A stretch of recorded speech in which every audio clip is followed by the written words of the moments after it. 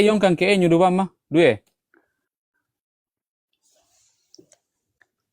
Waaqayyo Abbaa, Ilmaa, Hafuura Qulqulluu. Sadeen kana keessaa Waaqayyoo kamtutu fannoo irratti sii du'e? Waaqayyoon tokko naan jechuun turreeti? Isa Ilmaa. Oo ilmaa sii du'e jechuudha. Abbaanoo maaliif siif hin du'in?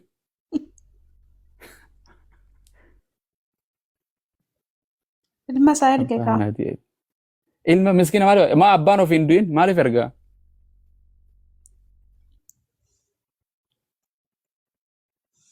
Egaa meelala. Ilma isaa ergeera kaa. Meetti ilaali sammuu kana. Okay, waan siin jedhu TikTok kana namni tolche hafuura qulqulluudhaatti fayyadamee tolche moo sammuusaaf fayyadamee tolche?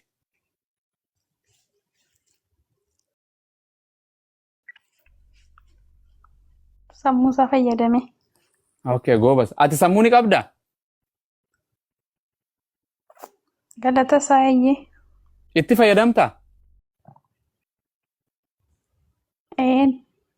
Okay, siin laala akka itti fayyadamu.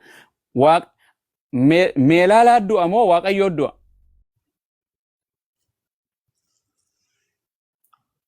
Du'a koo anuma du'a akkamna du'a Waaqayyo anuma du'a. Jidduu ilma namaatii fi jidduu Waaqayyoo jidduu uumaa fi uumamaa kamtu du'a? Kamtu boqota?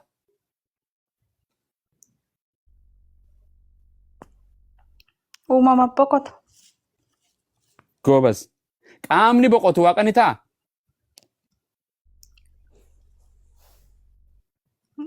Hin ta'u. Goobas. Yesuus Kiristoos boqote moo hin boqonne? Boqoteera garuu immoo ka'e kaa. Hinduunaan hin jenne? Biyya lama Akka fadhaa ta'u hinduunaan hin jenneeti uuman. Ajaa'iba maal ta'a sammuutti fayyadamanaan hin jenneeti akka namticha TikTokidha. Sammuun ta'e bakka nama biraa bira jirti fudhadhu mee ergisiifatta sammuu keetiitti fayyadamime. Waaqayyo jidduu Abu Mu'aaz anaa fi Waaqayyoo na uume uumaa kiyyaa fi ana kamtu dura anaaf boqota malee uumaan hin boqotu. Uumamaaf boqota. Waliigallee qaamni gartee boqotu tokko sekendii takkaaf fadhu oggusuma du'e akka Waaqa ta'uu hin danda'u. Waaqayyo duwwaatu hin duune jedha wangeellee. Hin amantaa miti. Yesuus Kiristoos boqotee guyyaa 3 booda kee Waaqa ta'uu gonkumaa hin danda'u duruu naa deebiste hin ta'u naan jette qaamni du'u. Okay, si gaafadha. Gaafaan du'u qaamni kiyya foon kiyya kun biyyatti galaa miti meelaala. Hafuurri kiyyoo eenyu bira dhaqa? Abbaa bira dhaqa. Goobas. Yesuus Kiristoos hafuuraa fi foon ni qabu moo hin qabu? Qaba. Okay. Gaafa isa biyyatti awwaalan sana foon awwaalan moo hafuura? Foon. Hafuurri isaa ta'u eenyu bira dhaqe akkuma kiyyaa? Abbaa bira deeme. Goobas. Bakka maal naaf inni garaagarummaan? Du'ee hafuura isaa abbaatu fuudhee deemeeni. Jechuun umriidhaan jaarraa hin dhufu aladda innis dhiira anis dhiira maali garaagarummaan? Yesuus dhiira anis dhiira tokko yaa ergama Waaqayyoo qofa malee inni. Ati intala seexaanaati moo intala Waaqayyooti? Ati intala seexaanaati moo intala Waaqayyooti? Kan abbaa kooti ani. Abbaa kee kam? Abbaa koo isa lafarraa. Ka waaqarraa too ka waaqarraatiif hoo maal taata?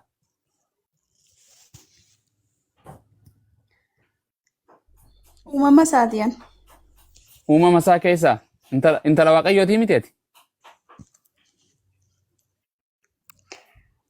Sanuu. Yesuusoo ilma eenyuti? Ilma Waaqayyooti ka.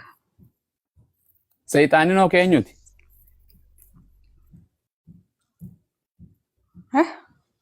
Seexaanni kan eenyuti? Beekuun seexanni abbaa qabdi moo? Seexaan eenyutu uume? Rabbitu uume. Kanaafuu kan isaati himi? Uumamni kan bishaan keessaa kan lafarraa kan samiirraa uumamni bantiin waaqaa fi lafaa keessaa jiru hundi kan uumame kan eenyuti? Kan Waaqayyooti. Bakka ka maa Yesuus qofa waaqaa kannitan. Sayxaaninu kan waaqaati. Si galte? Amma si galte sammuutti deebite amma maqaa isaatiin. Akkas sammuutan itti fayyadamuu jechuun akkasuma. Okay. Yesuus Kiristoos wangeela maalii keessatti? Wangeela Yohaannis boqonnaa 20:17 irratti akkana jedha. Mee bakkuma takkitti tanatti. Anaa fi atiitu uumamaatu waaqayyoon waaqessa moo waaqaatu uumaa waaqessa? Waaqaatu nu waaqessa moo nuutu waaqayyoon waaqessa? Ati waaqayyo waaqessa. Goobas. Yesuus Kiristoos biyya lafaa irratti waaqayyoon waaqessu ture moo hin turre? Waaqessaa ture malee. Eenyu waaqessu ture inni? Abbaasaa. Goobas. Atoo eenyu waaqessita? Abbaa koo waaqayyoo koo. Goobas. Sii fi Yesuusis waaqayyoo abbaa tokko walitti qabdanii waaqas tokko walitti qabdanii miti? Ila Yesuus jalqabuma waan hundumaa ture ustaas. Waan haa turu akkasii maal ture sin jedhe? Uumama durayyuu ture. Haa turu atis bar uumama hunda ture osoo bishaan harmee teetiin ture atis karoora waaqayyoo keessa uumama hunda dura turte bar atis. Ati eessa okay osoo haadhaaf ebbaa keetirra ati osoo haadhaaf ebbaa keetirra hin dhalatin eessa turte? Mee dhaggeeffadhu sammuu kanatti fayyadamtaa qoo irra. Eessa turte? Meela. Tu maal hin ta'e? Osoo haadhaaf ebbaa kee waliin fuudhin eessa turteeti? Maaliin beekaan? Hin beektu jechuudha. Hin beektu kanaafuu. Karoora waaqayyoo keessa ture. Eessa kan ture? Karoora waaqayyoo keessa jiraachuu nan danda'a garuu. Bakka akka jiraachuu ture uumamni kun pilaana waaqayyoo karoora isaa keessa osoo bantii waan hundi gartee karoora waaqayyoo ati karoora waaqayyootiin argamte moo karoora waaqayyootiin alatti argamte? Karoora isaatiin malee. Waaqayyoon kun dubartii taatee bishaan sanirraa harmee teetiif abbaa kee jidduu bareedduun tun meelaalaan tun taara tiktook irra hojjaa soituun haa argamtu osoo waaqayyoon hin jedhin argamuu hin dandeessaa? Hin danda'u. Yesuus Kiristoos qunnamtii saalaatiin maletti dubartiirra dubroorra dhiira akka ta'ee taasifamu waaqayyoon alatti fedha waaqayyootiin alatti argamuu hin danda'a? Hin danda'u. Dhumatte kaan qasuma maal goonare? Dubbiin sii galte har'a Yesuus immoo hafuuraan dhalate ka. Haa dhalatu. Yesuus maal haa dhalatu? Okay. Qaamni waan hafuuraan dhalatu akka taasisan eenyu akkasista taasisa waaqayyoodhaami? Okay. Aadam biyyeerraa akka ilma namaa ta'u Aadam biyyeerraa akka ilma namaa ta'u eenyutu isa taasise? Himoo sitti jiran waaqayyo. Okay. Haati mana isaa tajaajiltuun isaa Heewaan qunnamtii saalaatiin dhalatte namarraa dhalatte moo biyyeerraa dhalatte isin? Cinaacha dam keessaa baate isheen. Baate nama fooniirraa nama hafuura qabu nama lubbuu qaburraa akkuma Yesuus Maariyamirraa dubartiirraa bahe abbaa malee bahe. Heewaanis cinaachuma waaqayyoo gartee cinaachuma waaqayyoo eenyu Aadamirraa nama fooniirraa baateemi isinis? Eenyu dubartii godhee si baate? Qunnamtii saalaatiin baate isin? Miti. Aadam haadha dubartii fuudheeti dubartii waliin rafee dhalche Heewaan? Raffisee raba keessaa cinaacha isaa keessaa baase. Eenyu akkas godhe? Eenyu qunnamtii dubartii fuudheeti qunnamtii saalaatiin argate hin jedhe Aadam?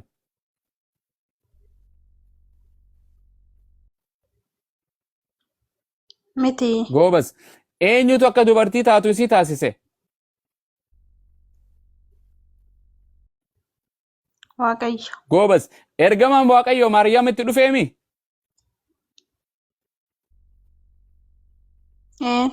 Ilma dhiiraa ta'e akka dhalatu kan taasise eenyu? Ilma dhiiraatiin kan isii gammachiise eenyu?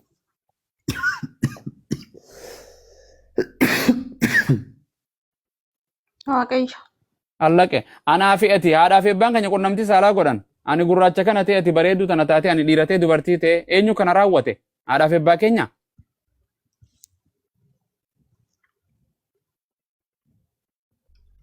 Waaqayyo raawwate kaasaan keessa godhe. Goobas. Gobas. Nama meeqa beekta kan wal fuudhee kan bishaan walitti gartee gadaameessaa keessan dhangalaasu bishaan isaa san ilmoon taane nama ilmoon arganne biyya lafaarra waggaa meeqa fuudhee beeytamuun beeytu. Beeka. Gobas. Abrahaam waggaa meeqa booda ilmoo argate. Waaqayyoon dhagaa kana keessaa yoon fadhe Abrahaamiif ilmaan hin baasan jenne. Miti. Waaqayyoon waggaa meeqa kan namni ilmootti hin arganne isiilleen dulloomte innilleen dulloome waggaa 100 fi maal keessatti ilmoo waaqayyoon kanneef moo kan Abrahaamiif. Kenneeraaf. Gobas. Darajaa namni sila ilmootti argatu.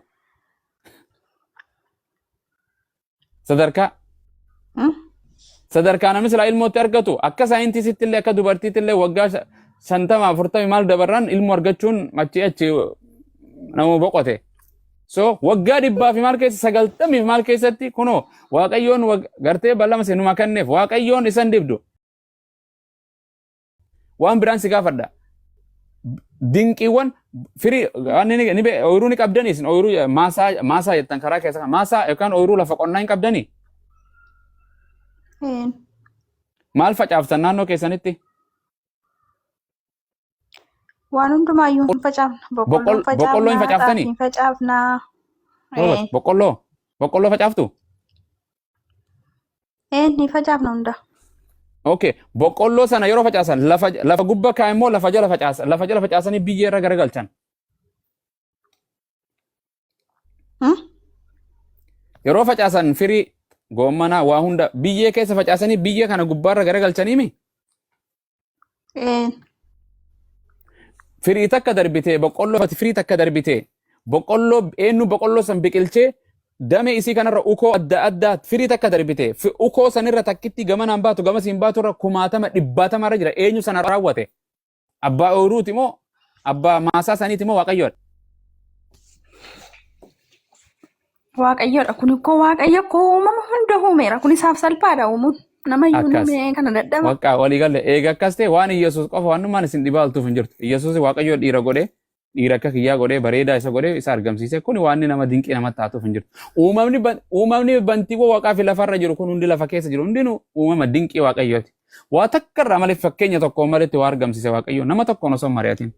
Kun nama dhibuun qabdu. Yesuus Kiristoos waaqayyo wangeela Yohaannis 20:17 irratti gara waaqayyoo kootii fi keessanii gara abbaa kootii fi keessanii ol naan baa jedhe. Yesuus Kiristoos waaqa qaba. Waaqa ta'uu hin danda'u. Akkasuma Luqaas 6:12 irratti yeroo sanitti gara gaaraatti ol ba'e halkan guutuu waaqayyoon kadhachaa bule jedha. Halkan guutuu eenyu kadhachaa bule?